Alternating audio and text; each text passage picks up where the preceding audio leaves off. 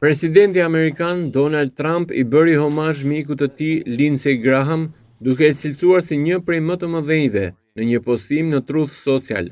Senatori Lindsey Graham, një nga njerëzit dhe senatorët më të mëdhenj që kam njohur ndonjëherë, ka vdekur.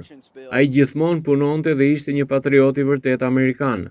Lindsey do të na mungojë shumë, shkroi Trump pas njoftimit të vdekjes së Graham nga një sëmundje. Senatori republikan me ndikim Lindsey Graham nga Carolina e Jugut, një aleat kyç i presidentit të SBA-s Donald Trump, vdiq të shtunën në moshën 71 vjeçare.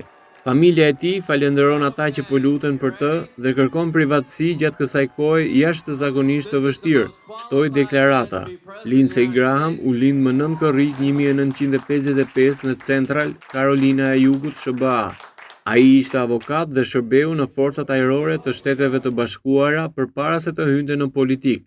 Në vitin 2003 u bë senator i SBA-s, duke përfaqësuar shtetin e Karolinës së Jugut si antar i Partisë Republikane.